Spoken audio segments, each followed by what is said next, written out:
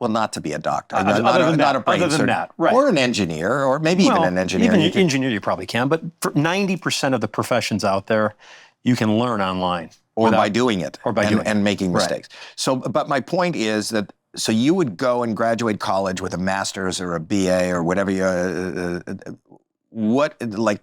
in my era, a really good job years and years ago was $100,000 or $150,000. Yeah. It still is, Yeah. I think in middle America. Yeah. For somebody to graduate college and then to begin. The average person that comes out of college and starts making $100,000 a year will look for a home. Mm-hmm. And they'll probably buy a home in middle America, maybe, I'm just throwing out ridiculous numbers, but $300,000. Yeah.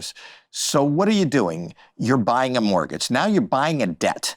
You make $100,000. Yeah. You're buying something for the value of 3 times more than you're making. So, right. Whatever, if you put down 20%, you're buying a $280,000 mortgage. Yeah, 240, yeah. Why? Right. Why would you do that? So if you're making money, first of all, we live in this fantasy, and I think that our online presence, this is online, so I'm not knocking it. Watch it and be part of it, and hopefully this becomes part of your algorithm.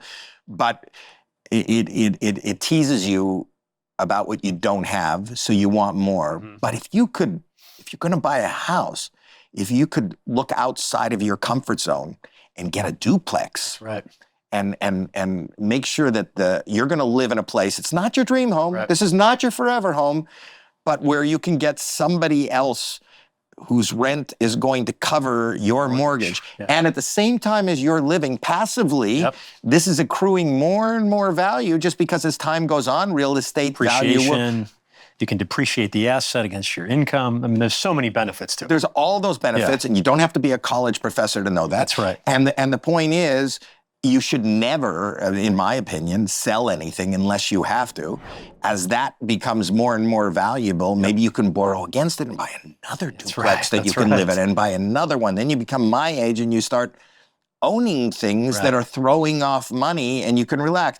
Eventually, you can... If you like that shiny new place, you can have it. But you should have it when it doesn't cost you. You should have it when it doesn't hurt you. Who taught you this? And what are you teaching your kids? Like that. You're teaching, but how did you learn this? Because most people at home, they don't have parents who are successful, My parents weren't successful. Right. My parents were successful. Eventually. But they didn't teach me it. Right. But they did teach me the value of $1. They did teach me about not overspending, overindulging. Mm-hmm. They did teach me, I was 12 years old when I had my first paper route, and I had 200 papers, and I worked in Toronto, Canada, and I had I was in a building, and I knew that collecting was hell. But whatever, that $16 at the end of the week as a 12-year-old or a 13-year-old, I knew that I didn't have to ask my mom or my dad to go buy me my baseball cards. Mm-hmm. I could buy, if I wanted to collect baseball cards, I bought my baseball cards.